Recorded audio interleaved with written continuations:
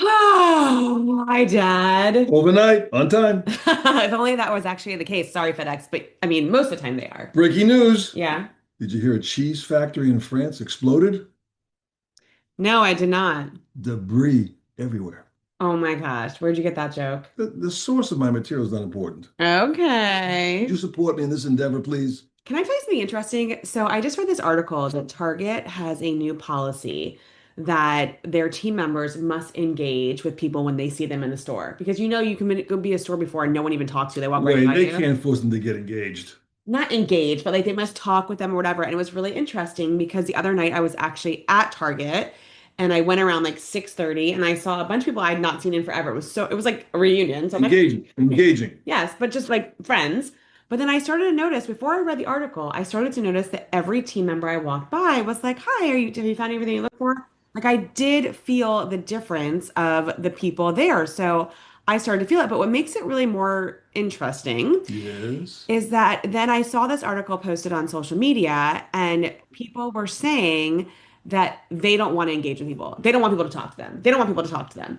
And I'm like, what's the society Well, we but come those are only the to? people that are responding that don't want to be talked to. Who knows what the general population is? Is it an 80-20 issue? Maybe. But then also I was online and I actually have my receipt right here from Target. And they say to you, if you had a good experience, like leave a review. So I'm going to do that. But I had LV and he was the cutest little man who he had like a little bit of an Italian accent, but he was like going slow. There's only one checkout line open. Everything else was self-checkout. So people were going through. That's the And future. but it was interesting because like he was being slow, but he was talking with me and he was talking about the things I was checking out. And I could tell the people behind me were getting annoyed because they were in a rush. And I wanted to say, go to self-checkout then. Like this is the human experience. If you don't appreciate it, go do it yourself. But Well, they were for like, so many okay. years, you've been bombarded in a retail environment or something similar. People saying, "Can I help you?" And Worst question ever. exactly, there's something in sales you don't ask that question itself. If you want to make a connection, be relevant. How are you? And don't force it. But are you looking for something special?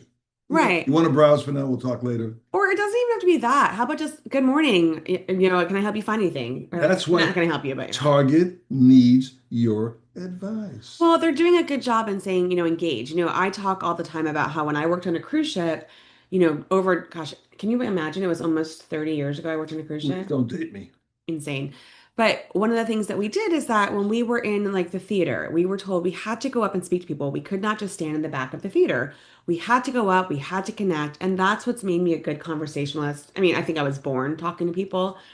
But it's like you go up and just say, hey, tell me something special about your day, or just a smile and welcome. I'm here if you need Well, anything. everybody's selling something everywhere. If you're not selling something, you can just be a friend. That's all. Right. But it's better than going in a store and like you actually needing help and the person like ignoring you. Oh, I agree. Yeah. If a line is backing up in a supermarket or even a Target, there should be a manager or someone with authority. Say, go over here. Let's take you. Jump in. Just take care of Yes. the problem. That's all. I will tell you, it was really frustrating because as that gentleman was checking me out and it was taking a long time, I did see about 3 or 4 team members that were leadership because you could tell walking by and doing nothing Well, about it. And they get engaged. that's a whole leadership conversation we could have in a new This time. conversation's over. No, we gotta let our guest in. You have a guest today? We do. Well, you're always my guest. Do you want a cup of coffee or Be my anything? guest. Be my guest. Da da da la la la la. I don't want no coffee. I want nothing. I'm overly stimulated. All right, let's let our guest in then. Here we go. So you don't know our guest, I do, I but don't we know will let anybody. her in. So her last name, it's Go Right to Nandia. Isn't that a cool name? Like it's like how to Oh, you pronounce it. pronounced it Go correct. Right to Nandia. There Yes, we she got it is. right, didn't I? Maria, it's Go Right to Nandia. Yes?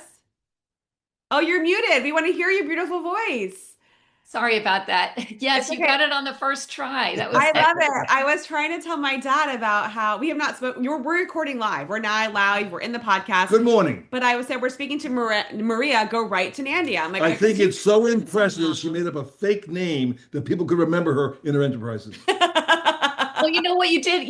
I was looking at Keith Graveldinger, and I'm like, Yeah. he's got 13 letters in his last name too, you Who's know? Graveldinger? You met Keith, member from Wisconsin. Oh, Yeah. Keith. Yeah, sure. My dad, Yeah. he may not remember you. Sorry. He's at that point in life where we were at an event and someone came up to him that we interviewed on the podcast. And my dad was very good about it. He was like, "Oh, it's so good to see you, blah, blah, blah." The guy walked away, and my dad goes, "Who was that?" You know what? I do that too. So I'm like, Goldfish memory. I'm like, yeah, I know I've talked to you, but I don't know what context or anything like I that. know. That's why AI will surpass us in 2 weeks. Well, someone said before we get into the podcast that AI will definitely surpass us in thinking and getting statistics right and putting things in place, but it will never surpass us on the empathy and the human side. You don't know. I saw You know Terminator. what? I'm with Stan on this. I don't know about that. I mean, I know it's a machine. I know it's predictive, but man, sometimes it's uncanny. It's like, what should I say to this person? Oh, you shouldn't do that and this, that. And like, oh my gosh, now you can see why so many people resort to AI for therapy. It's like, Oh, I don't know. Yeah. Well, anyways, welcome to the What's Your Story podcast. It is about you for the next time being that we're together. This is my dad, Stan, Maria. Good morning, I MG. Go stand. Garaitonandia. And so we like to start off every episode by asking the same question to see where you are at with your mental mindset today. So on a scale of 1 to 10, 10 being it's the best day you've ever had, and 1 being a day that you should not be peopling, what is your number today? I would say it's early yet, so I did my exercise. I'm feeling like close to an 8, I would say. He just guessed it. Yes. He was whispering You in my did? ear what you were. You Okay. felt my vibe, Stan. Yeah. What would it take to go from an 8 to an 8.25 today? Maybe getting some good news from a client. Ooh, Oh, okay. you That's mean, a you good mean like thing. getting paid? That too. The check is in the mail. Yeah. Well, and we'll get to like what you do. This podcast is really focused on who you are though. And I mean, we've met a couple times, but I really don't know your backstory. I don't know, where you grew up, your backstory, how you got to where you are today. So we'd love to go there. So why don't you start with telling us like where you are originally from? Okay. My parents were that first wave of Cubans who came over to the US when they thought it was only going to be a matter of weeks and they'd be back after the Bay of Pigs, which didn't work out so well. Oh, wow. So they adjusted to the cold weather of Philadelphia, became US citizens, and learned how to scrape the ice off of their car. Too bad they didn't have a compass, huh? Why did they go from Cuba to Philadelphia? People went to wherever they could find a job or had a friend who could help them out. My mom got a scholarship at Chestnut Hill College in Philly. I'm like, why didn't you go to Miami? It was a lot warmer. And closer. Yes. Yeah. But Yeah. it's what happens, when people leave those diasporas, you go to where you have a contact. How big was I the, how big was the family then? It was just, well, they actually met in Philly. So they went to the same university in Havana, but they met through a mutual friend in Philly. No And way. So I was born. they both independently moved from Cuba to Philadelphia and then both Yes. met each other there. That is so cool. I know it's And did kind of not know a each other in Havana at all. no. They had common friends who introduced them after the fact. But yes, that they met in Philly. I'm first generation born there and my siblings. And then when I was about 6, my dad got transferred to Rome for business. Rome, New Wow. York?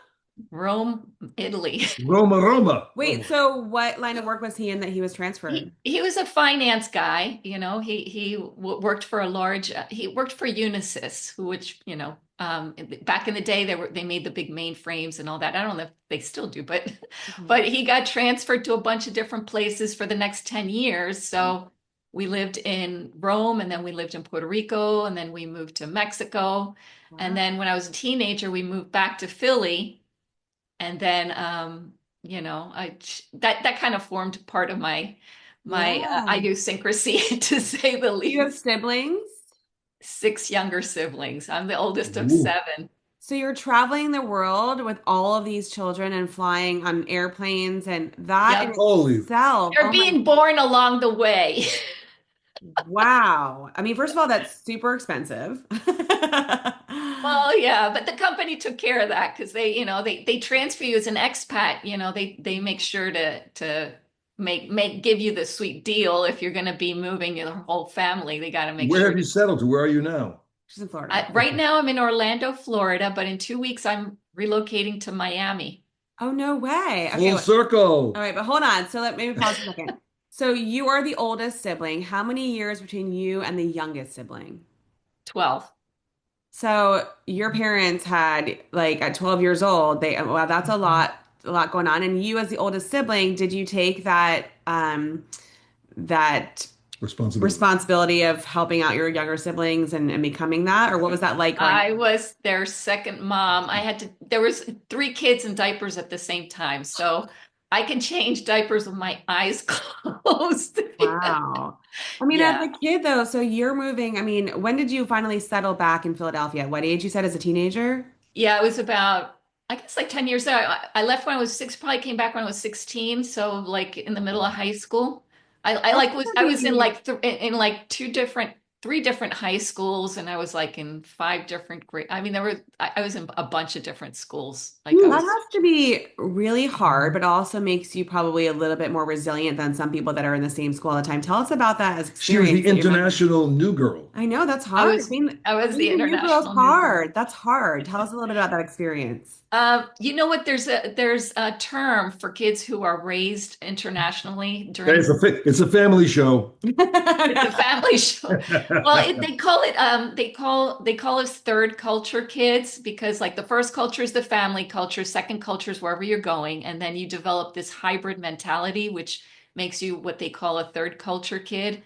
And the characteristics are basically you just kind of learn to observe and adapt quickly.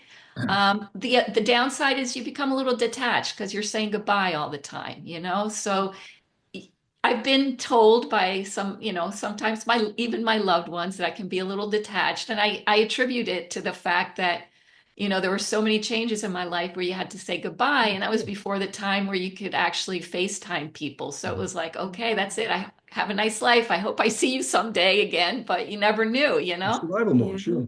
I mean, it's got to be so interesting, especially at that such formative years where you're trying to figure out who your friends are, who they're Right. not, how you're feeling, and the emotions and the hormones. It's got to be really difficult. But you had your siblings to play with all the time. So, versus being like an only child where it may have been harder, I would imagine. Yeah, who knows? I mean, Yeah. there's always a bunch of kids screaming and yelling all the time. Being the oldest one, it was kind of like because there's a 4 year gap between the next sister and myself, so it was me and a whole bunch of little kids. Oh my goodness. Well, and then you said most of the countries you were in were Spanish speaking, but you did say Italy as well too. So how many languages, or do you speak multiple languages because of that travel?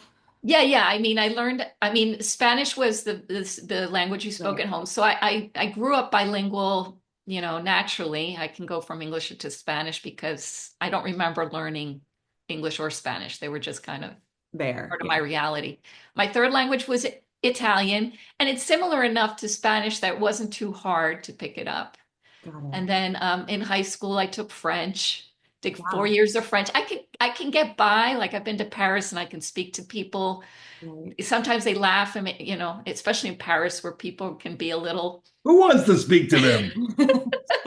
I had one guy. I went into a store and I just tried. I was like doing my best, and he started laughing at me, and I'm like, dude, I'm trying. And but I realized being an interculturalist, I knew that he wasn't being mean. It was just it's just the Parisian Yeah. style. I mean, they're good people who can be a little rough around the edges, just like any big city, I guess.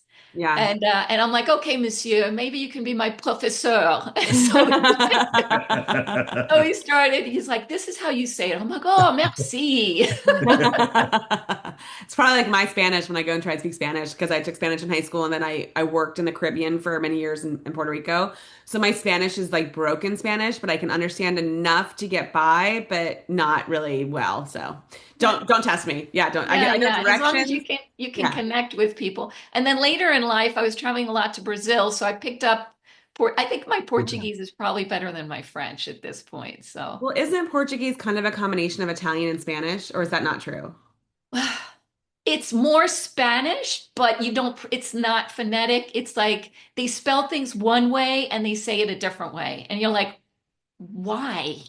Kind of like the English language. We have words that all mean like the same thing but spelled differently and like all yeah, exactly. Yeah. See, my 5 years of Latin only works in the church Why? because that's they speak Latin in the church. Okay. Anyway. Let's explain. Well, not too much as much. Well, there's a lot of people going to back to Latin Mass, right? I mean, I don't know. I don't go to church, but I know that some people are doing that. Well, so then you're 16 and you settle in Philadelphia. and you're in high school. And tell us, what happens at that, like, what do you decide to do with your life at that point? I know you're 16. That's got to be, an interesting part of your life. Okay, yeah. So I came back from the American school in Mexico City. We settled back in Philly. And I knew from that age, I knew that I wanted to go into foreign service, international relations, just because I Yeah, got into cool. history, culture, and politics. I loved all that stuff. So I'm like, I'm going to go into the foreign service, right?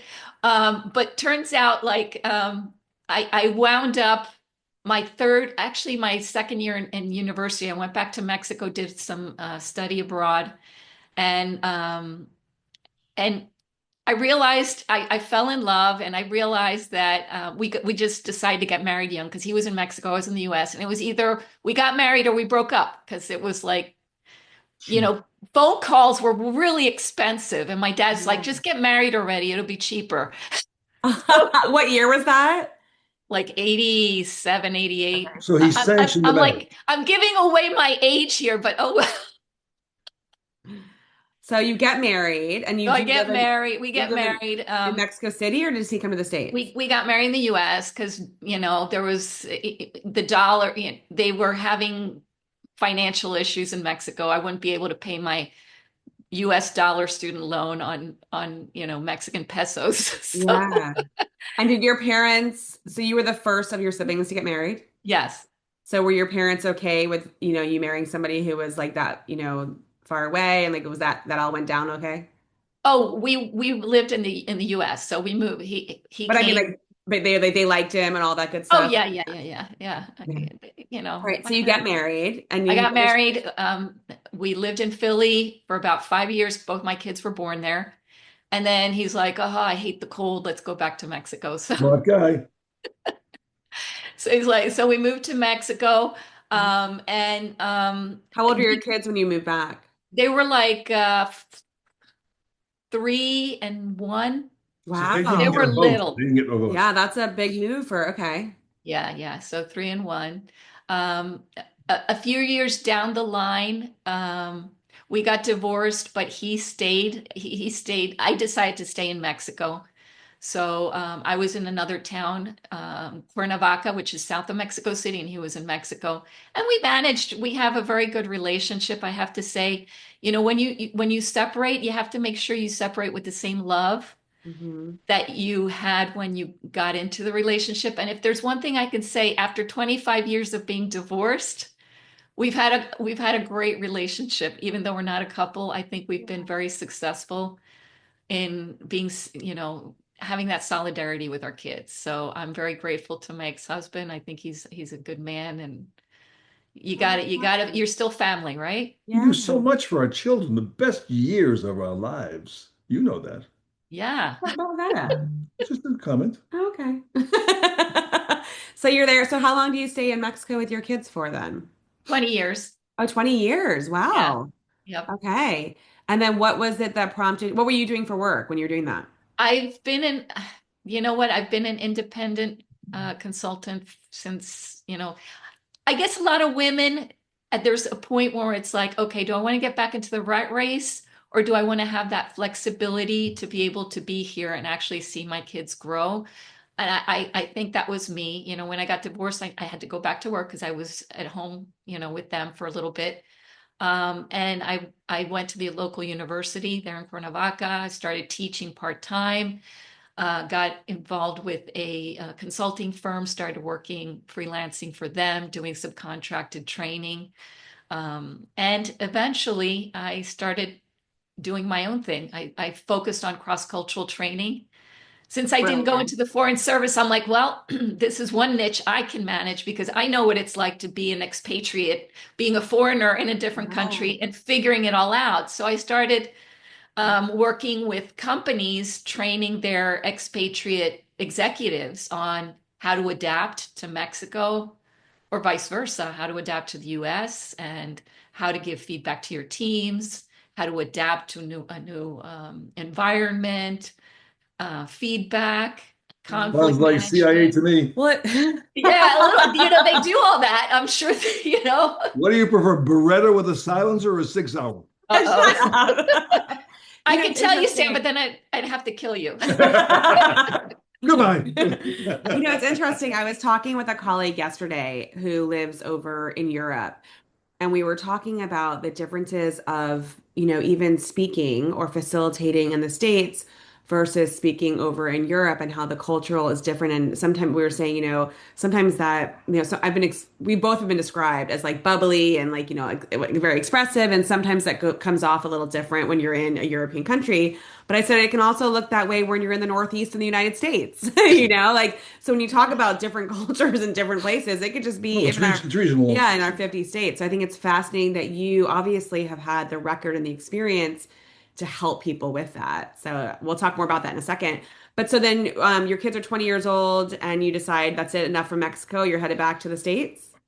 Well, the reason I came back, my younger son, I have two kids. The older one is a girl and, well, a woman. And my Mhm. younger son when he was 3, he developed epilepsy out of the blue. It was Ooh. just really weird. No neurologist has been able to tell me how a healthy 3-year-old just starts having seizures. It's a great mystery, which is a little frustrating. But anyway, he developed epilepsy, and it was kind of challenging because it just came out of the blue and it came fast and furious and was very difficult to control. And throughout the years, so many seizures caused him to develop an intellectual disability. Mm.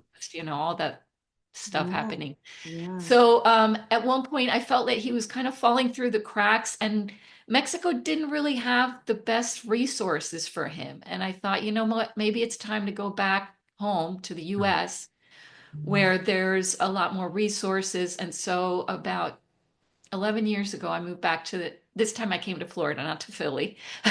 So I moved to Florida and got him some vocational rehabilitation. I got him some great resources. And nowadays, I mean, he's now a young adult who has 2 jobs, and he's soon going to be getting an apartment with some supported living and Oh, things that I would not have been able to find in Mexico. So that's how I wound up back in the US. I do still go back to Mexico occasionally. I still have a place there, and it's where I feel that I can ground myself. It's just a very peaceful place, the city where I raised my kids.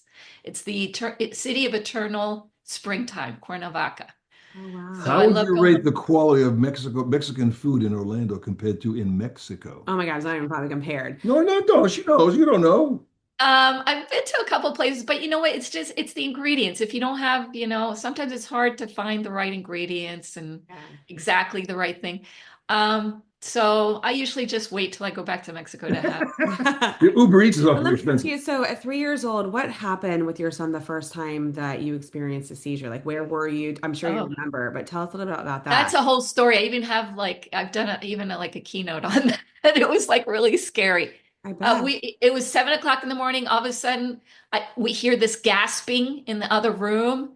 My husband runs in. He brings him into the room, and Marco's like all stiff, and he's like, "Ugh." It looks like he can't breathe, like something's obstructing his airways or something. Right. So Ricardo starts like performing like mouth to mouth on him, and we're like, really, we can't get him to wake up or react. So we like jumped in the car and dashed to the hospital. By then, he was breathing, but he wasn't waking up.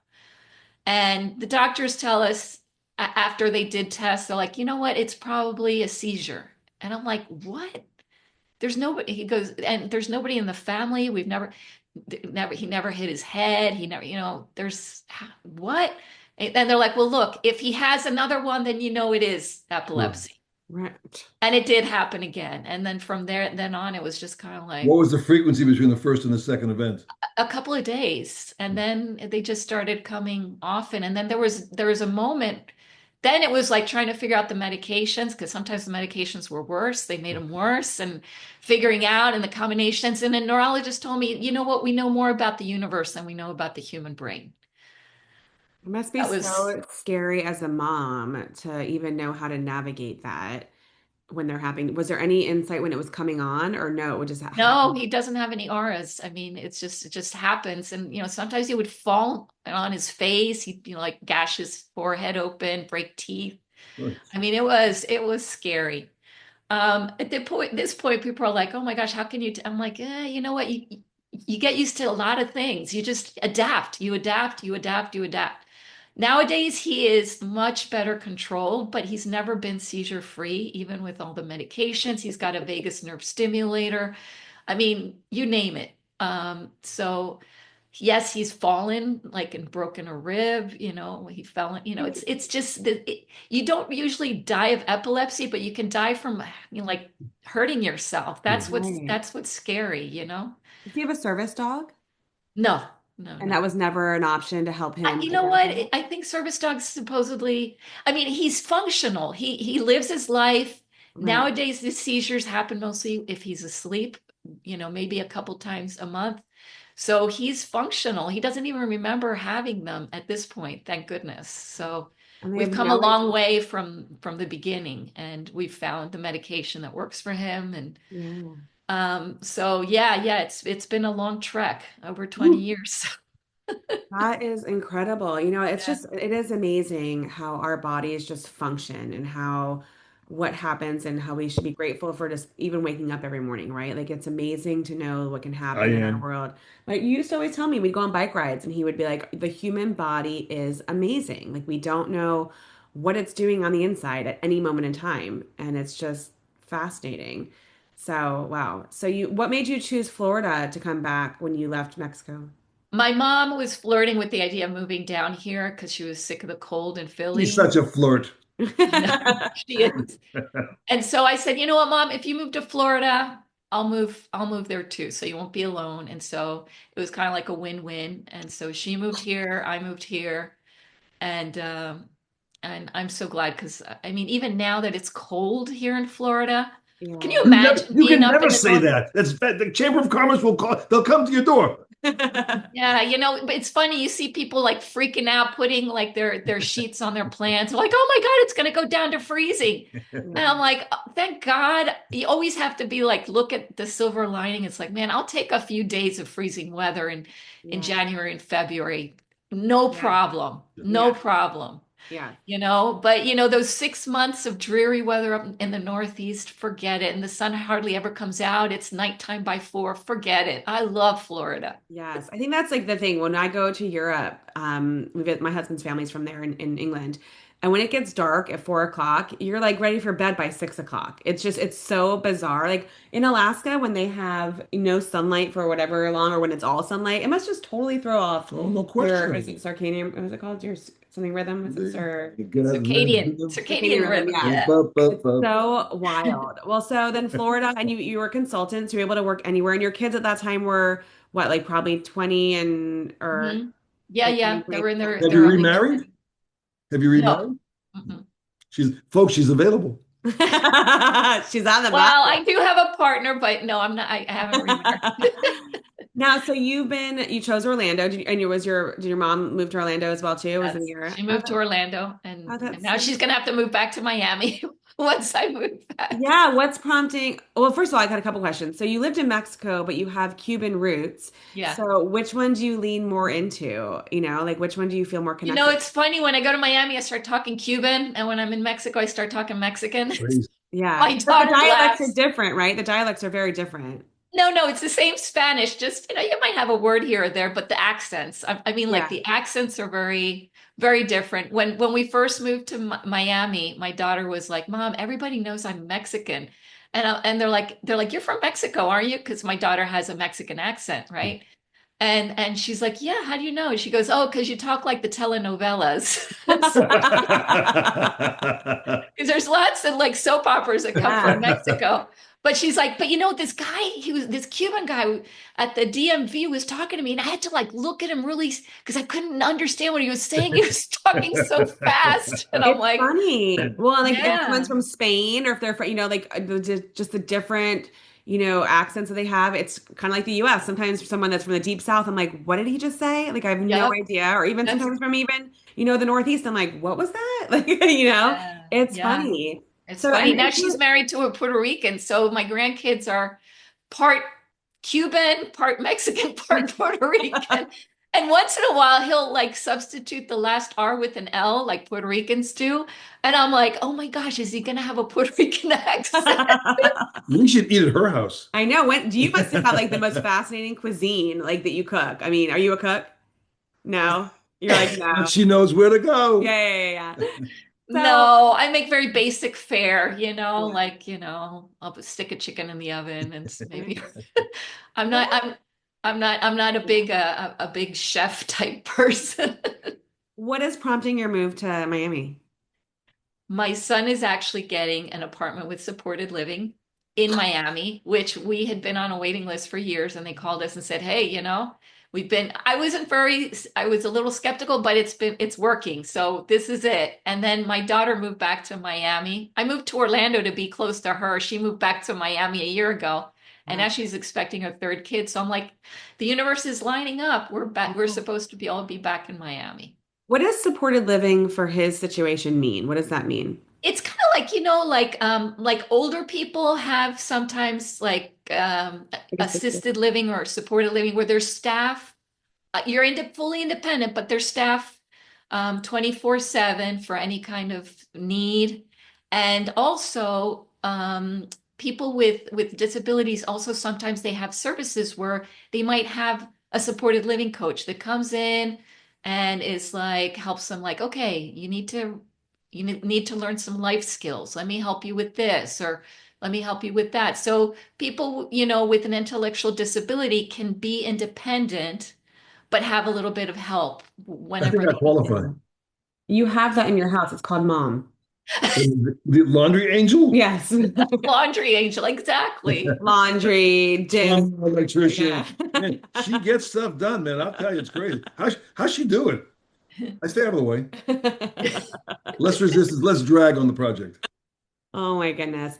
So I mean, you have this aura about you that is just like everything is just okay. That's a filter. No, but it's like you always said this Thank like, you. listen, like your life obviously has had some different challenges, like you've moved around a lot as a child, then you were living one place, then your son, She's gets adaptable. like yeah, like where does that resilience come from? Like you just like even talking about your son, you're like, it is what it is. We're gonna make it like not everyone would react that way. Where does that come from for you? She has no idea. Shut up. Well, With all love and respect. I think everything happens when like even my growing up in different cultures, like I said, changes, changes, changes. If from the time you're 6, you're changing, and then a few years later, another change, It another was your change. normal, no I question. think yeah. And so um, I think that I think that God or the universe gives you things and maybe challenges that you are ready to take because you've been prepared somehow, I think. So perhaps the third culture kid, I didn't think about this before, but now that you bring it up, maybe the third culture kid thing helped me, prepare. And it's like, okay, change. And instead of spending a lot of time in that grieving curve, where you're like in denial and sad, you get to a point you might be a little bit angry in the beginning, but then it's like, okay, you got to get to the adapting stage faster. So what's next? So I find myself thinking, okay, worst case, start strategizing. What's next? What's Yeah, but next? that's kudos to you because I would think the majority of people exposed to those the elements would really get depressed, get withdrawn, and they'll be able to come out. So I think you're in a small percentage of people that not just survived, but have flourished. I don't know. Maybe, I guess so. I mean, I'm excited right now. I'm excited and nervous because again, I got boxes behind me and everything, starting to get ready. There's like a lot of yes, there's like a lot of moving parts, but and Jamie, I mean, you are I watched your TED Talk again and I'm just like it's very inspiring because it's like taking that deep breath and what you say in your book, this the breathing, the square breathing, what do you call it? Yeah, The box box breathing. breathing. Mm. I actually do a little extra on the exhale and I find that that calms me a little bit more. So I do 4 in and 8 out. That kind of like helps, with the Yeah. parasympathetic system and all that. But I think that being in that moment of Mhm. mindfulness gives you that energy so that when you're freaking out and you're getting super stressed out, you're like, this too shall pass, this too shall pass, or, Yeah. just like that woman that you were able to make that connection with. It's beautiful. It's so beautiful because we don't realize how much we're all just struggling to Hmm. get, our stuff together and trying to, take the next step. And we all have our fears, our insecurities, our anxieties, and sometimes just holding on to somebody else's hand, either figuratively or literally, it Yeah. just kind of makes you feel like you're part of, like, part of this collective. Yeah. So So funny. kudos to you. First of all, thank you for that. Birds of a feather flock together, right? That's why we're connected. But it's interesting. I had a conversation with yesterday. Someone had called me. We were working on a program for her, and I asked her what her number was, and she's like, "Oh, I can't even go there." She goes, "But I want to share because my problems aren't important compared to the problems of the world." I said, "But they are." I said, I've heard people say these are first world problems, whatever." But we all have our funk, is what like I talk about, right? Yeah. And so it's just different. But you're so on. Like the more that we just talk about it, the more that we'll figure out we're a lot more alike than we are different. And it becomes just real. Like I may have had an argument with my daughter this morning, but compared to like, the problems in the world, it doesn't sound a lot, but sometimes we hold that stuff in and it becomes worse versus Sure. being like just letting it out. It makes everything's easier. And then I think we're all more accepting when we realize that people are walking around with just funk, and it makes it easier to know that, hey, if you have a bad day, you've got a bad day and I'm here for you. And I'll hold your hand like you said, figuratively or literally. Like I'm here for you. And I love that the more that's why we did this podcast, is to share more stories. Maybe somebody will be listening and they have a 3-year-old who maybe had a seizure. They don't know who to go to, and they'll reach out to you. Or maybe they want to go buy a place in Mexico and they'll reach out to you. Or maybe they're moving to Miami and they'll reach out to you, right? Like we did this podcast so that more people could connect about the real parts of life, not the real REEL parts of life that we see, on social media. So, but I love you it are because using, I like this concept because it's very it's that connection. And I've actually found out a lot about some of my uh friends from NSA just by listening. Because a lot of times, like you said, we're in such a rush and we don't have time and just to listen to people's stories. So The this is American amazing. lifestyle, kids. I do want to clarify, since we did talk about the CIA earlier, you're not talking about the national security. Maybe she She's is. talking about the National Speakers Association. Yeah, Yes, you are a yes, yes. speaker. Not the Like National you, Security Agency. yeah, No. yeah. Wait, there's a battering ram at our door. Don't joke. Don't joke. Um, so I know that you now use your superpowers to work with teams on communication. Obviously, you know different cultures. You know how to do that. Tell us a little bit about how you help people understand. And I see your book in your background. If listener, if you're watching, you can see Maria's brand new book, What's it say? only a few months old, Hold it up. I can't. Untangling Communications. Yeah, it's called Untangling Communications. And you speak about that and you work with teams to help them understand that. Where did some of your underlying philosophy, obviously we know a lot of it came from just your own growing up, but where does that come from and what are some of the key things that people get wrong, I would say? Well, it started with the cross-cultural thing because I saw so many people struggling, and you make so many mistakes when you're the new Sure. person in town, and you don't even know how many kisses am I supposed to give? I mean, when you're like, oh, I'm just gonna give them one kiss, you stop short, and they're going for the second one, and they wind up kissing you on the mouth, right? And you're like, That's oh, happened to me. Happened to me. And I was like, oh, right? And it's awful because you're trying to make a first good impression, and already you're starting like with the awkwardness and all that. And I mean, that's just a silly one, but how people talk to each other. You got, cultures where people are blunt and they just want to get straight to the point and you're task oriented. And then people are offended if they come from a relationship culture and they're feeling like, man, what the heck? Am I your servant? Why are you just telling me what you want? Don't you care about me as a person? That happened a lot. And I could see it happening, and I would say my dad, and I love to see you guys because I miss my dad so much and I wish you were around. But I saw that my dad struggled a bit as an expatriate with the communication piece. He was, a blunt Cuban American, because then by the time, he was an American citizen, but he was a blunt Cuban who just wanted to get down and do things. And in Mexico, he made the mistake of thinking that, Mexicans were just like Cubans because we all speak Spanish. And oh boy, that was a big mistake because he was like a bull in a china shop with the way that he was.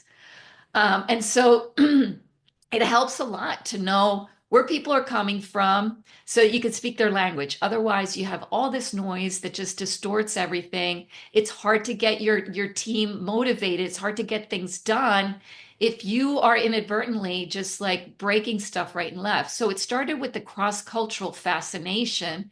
And you realize that a lot of the stuff that you learn, either as a third culture kid or an expatriate, translates into leadership qualities because you need to be able to have that antenna to be able to read people and adjust your language, adjust your style so that you can reach them. Otherwise, you're just banging along trying to get the same, what do they say, do the same thing Over and and over again and expect get a different different result. Yeah. results, and Again and again. no, it doesn't work that way. So the and we know that when it comes to leadership, being able to adjust is one of the superpowers that great leaders have, is being able to be situational. It's being able to read the room. It's being able to speak people's language figuratively. Wow. So that's, I think, where my fascination for effective communication came. And I decided to write the book because after hearing 20 years of the same complaints and challenges, I'm like, okay, I'm going to put it all in one place. Wow. What a great tool Did, for did your people. dad ever modify his behavior to some degree or no? I'm sorry? Did your dad ever modify his approach? Um, he didn't know at the time, and there weren't any cross-cultural trainings like in the Mm. 70s. That came a lot later, actually. It wasn't until like the late 90s and 2000s that it just actually became a thing. So no, he had to rough it out, and he never really figured it out, but it caused a lot of angst for him. And Mm. actually, after 3.5 years in Mexico, he just asked to be repatriated back to the US because you could say that he wasn't able to adjust. He didn't know. He didn't know. You don't know what you don't know. You just Sure. think Yeah. these people are so strange. What's wrong with them? Just wasn't a good fit, he thought, sure. How I was don't your like mom? it here. Yeah, You was know? your mom responsible for taking care of the kids? Was she working? What was that going on? That's She, big. yeah, she with 7 kids. I mean, yeah, yeah, Wow. she was a That, stay-at-home mom. wow, that's incredible. And you, I mean, she did get help because in a lot of these countries you can get help. So yeah, she had a little help. So now I know you mentioned your dad is no longer with us. Is your mom still around? yeah. Yes. And is she in Orlando with you, or she's Yeah, yeah. I'm gonna be moving her to Miami in a few months after I'm situated. wow, how lucky to still like have that family. But and what about your siblings? Are they all in Mexico or where are they all at? No, they're all in Philly. Well, I Yeah. have one sister like out in Indiana, close to Chicago, and then all the other siblings are in Philadelphia. Nobody talks to her, huh? Monica, no, why? Because she's out in Chicago? I Yeah, don't know. yeah. But that must be, I mean, like, and then there must be cousins and everything for your kids as well, too, I would imagine. Or, My kids, my kids don't, well, yes, they're all, but they're far, my kids' yeah, cousins are all in Philadelphia. So, we might have an annual trip at Thanksgiving, yeah. but they don't get to hang out like, That's the curse of America. People are so dispersed. I know yeah. it really is interesting how families, well, some stay in all the same area, but yeah, you would think that being in Florida, they'd be like, I'm coming down to see you and get warm. Think, You yeah. know. So what would What you do you, say would be like one of the biggest defining moments in your life that really kept you on track with being a consultant and like what helped you do that? Because that's hard. It's hard to work solo. It's hard to work on your own and then also be raising two kids. Well, your kids were pretty much raised, but like what kept you on track to do all that? Probably ignorance in the beginning. Okay, yeah. And that's okay. No, but I think it was just like I said, I think that a lot of women decide to become entrepreneurs in order to be able to balance their time.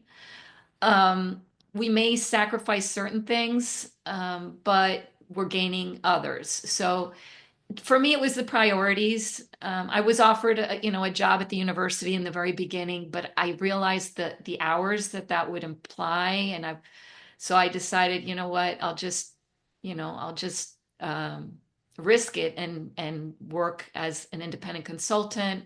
I was subcontracted, in the beginning and tried to develop and began developing my own clients. And yes, it's feast or famine. Sometimes you got lots of gigs and you're like, yay. And then suddenly you're like, uh-oh, I'm glad I have that little cushion there. Because Yeah. and a lot of people are like, oh, that would freak me out. I think that I don't panic. There are moments where you're like, oh, I know that even the people who are very successful, I share the same feeling, sure. Yeah. yeah, yeah. I mean, my wonderful mentor Sylvie DeGusto, she's like, you know what? Sometimes you're doing great, and other times you got a bunch of cancellations, and you're like, okay, you just have to adjust a little bit, right? I think people don't So, realize that. Like when you are an independent consultant, you are 100% on commission. 100%. exactly. So there are days when you are working and you are not getting paid to work, because you're writing content or you're doing outreach. Like there's no salary. I mean, you might have a retainer from a client if you work in that model, but Right. there's no salary. People don't realize that. And they look, it's all perspective, right? It's all perspective. Yeah, And people think so it's like, oh, it must be so nice. I And thought my it's daughter's like, oh, mom, why don't you just come for a week? I'm like, dude, do you not realize I don't get PTO? Right, exactly. Yeah. It's like, I don't have a boss breathing but down my neck, but if I don't put in the hours, Yes, you know, you exactly. don't eat, If you don't Yeah. work, you don't well, eat. it's subjective view versus objective view. They Yeah. just see you, it doesn't affect me. What's wrong? You got a problem with that? What's Well, it's like that. Do you remember those memes that were going around? It's like what my friends think I do, what my parents Yeah, think I do, and like what we exactly. actually do. Yeah, what we actually do. It's really funny. And but we all choose. Like I was talking to someone the other day, and actually, I've talked to my daughter as well too. I said, she asked me some question about why I do what I do. And I said, I chose this line of work because I want to pick you up every day at school. I want to Exactly. drop you off in the morning. Could I certainly be traveling more and going places? And I'm starting to do more now that she's older. But when she was little, I wanted to be there. Even now, she's still little, but it's like you choose what you have. And I truly believe it. And it sounds like, you're probably of the same cloth that family is important and being with your kids is important. You're obviously moving to Miami to be closer to your son. And so, we don't get that time with family back. We just don't get it back. No, no. And Yeah. what's it all for? If Right. if you can't share it with the people you love, Right. And like when you die, where does all your money go? Like Exactly. You don't who take it cares? with you. Right. You don't get to take it with you. I mean, some people might bury themselves with it, but you can do that? no. Not in Yeah, a well, I don't cremation. know. Not in a cremation. You can Not burrow an yourself. Egyptian pharaoh. Yeah, yeah, yeah, exactly.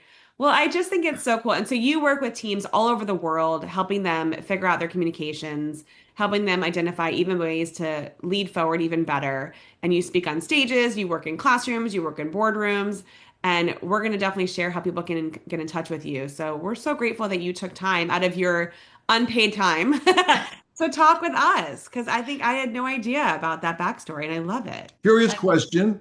Is the name on the screen your maiden name or your married name? my maiden name. What was It's your married What was your married name? Go ahead. Tapi.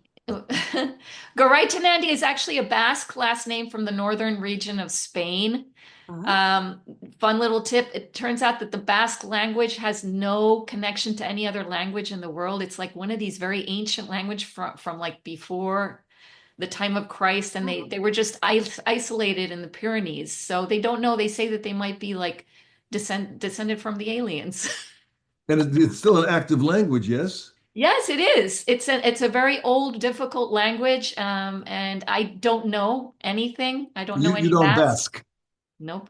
How did that, do you know with the lineages of your getting your last name that way? My grandfather, he emigrated from the Basque country to Cuba. So he Wow. was he was in the northern region of Spain. And by the way, Cuba was the last Spanish colony. So you had lots of Spanish immigration there at the beginning of the 20th century, which is when Cuba became independent finally.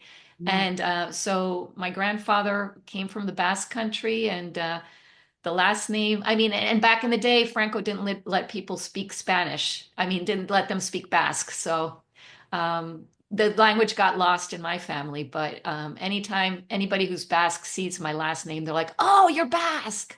And I'm That's like, so well, my cool. grandpa was, but yeah. That's so Have you been to Cuba I was yourself? just gonna ask you. Yes, I That's what was there once. I was thinking when you thought. In I think it was in 99. Like, yeah. I was checked there, been there, done that, but it was very depressing because, people aren't they're Not good. not in the best place. Right now, I can't imagine what it must be like right now. We may buy But it soon.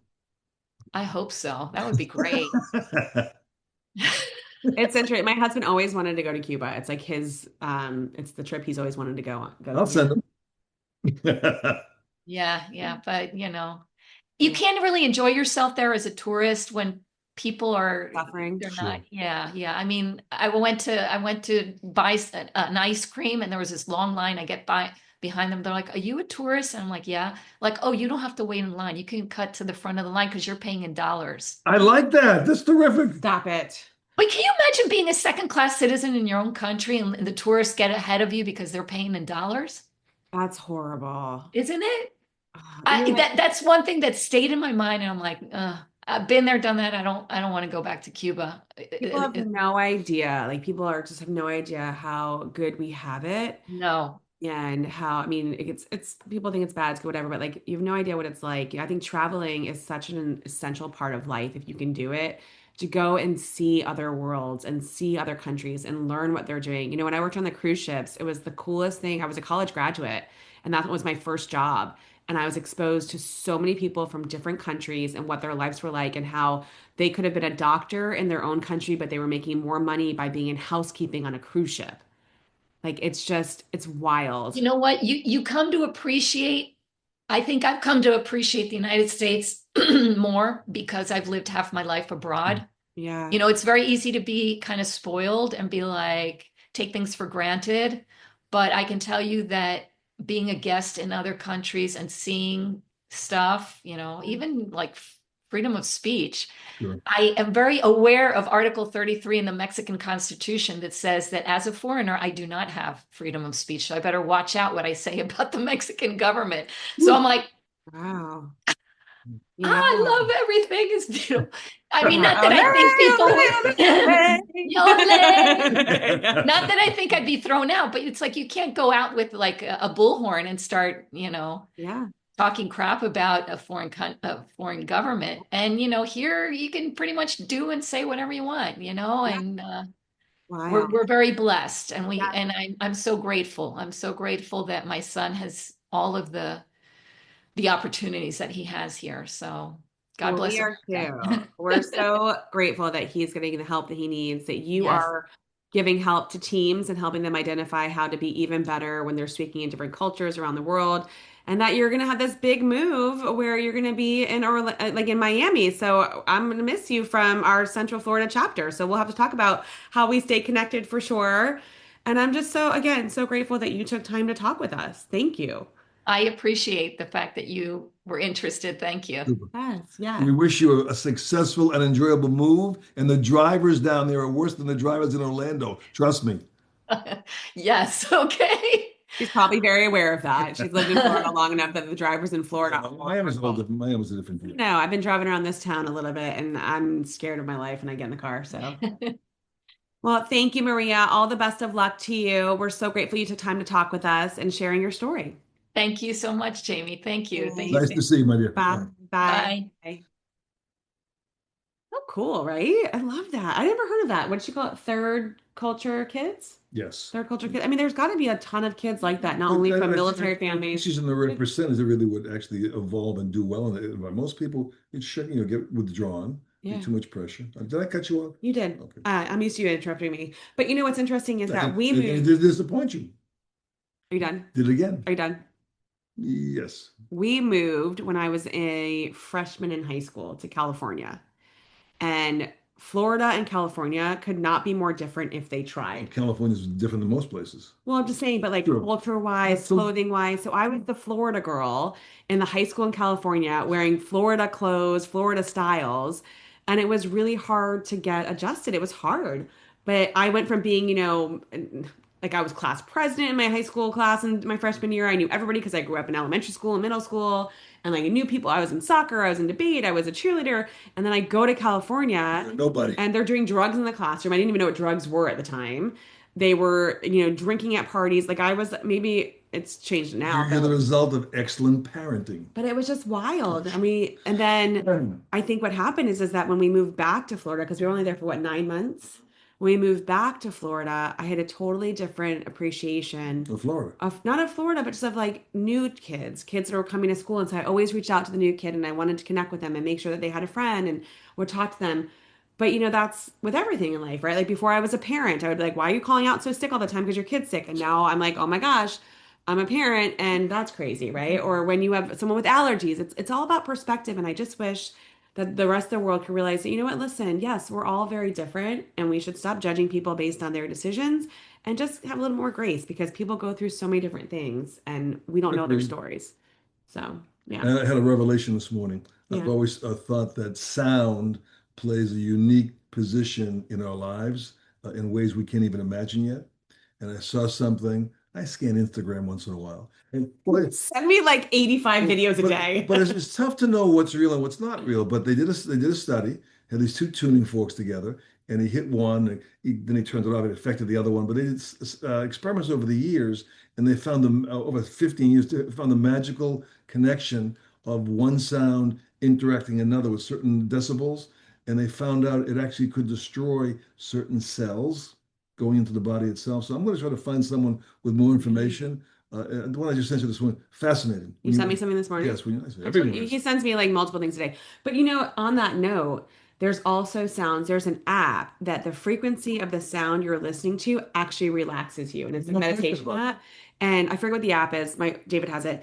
But like we've done that where you listen to, and I've always said that the only place my brain turns off is in a yoga studio. Like that's it. Not even when I do yoga at home, like in a yoga studio. But when I listen to the sound of this vibration, Incredible. it's amazing how it just literally calms me Well, down. as art imitates life, you remember Close Encounters of the Third Kind when the ship came down, they communicated boop boop boop boop boop boop. Remember they talk about what's that? You remember that? No idea what you're talking Great scene where they're trying to communicate with the alien ship, about. Okay. and no verbal came across, but they started to communicate with the sounds of beep beep beep beep beep beep. You got to go see it. Close Encounters do this, but sound. To me, it's something. There's so many secrets of the universe that are there we don't see yet. Yeah. How were airplanes invented?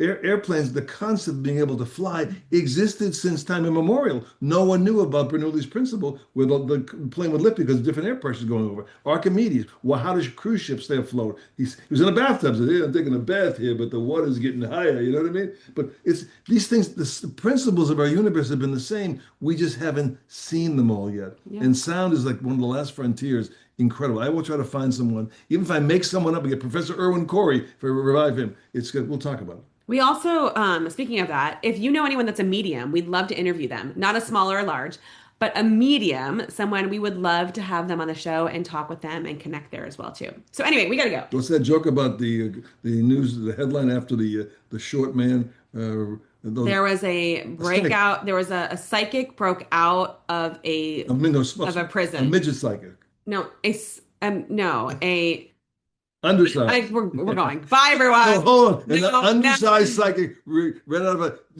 my psychiatric hospital. The headline read. Hey, thank you for tuning into today's What's Your Story podcast. To learn more or share your story, go to jamiemarco.com. That's www.jamiemarco.com. And we will see you next time.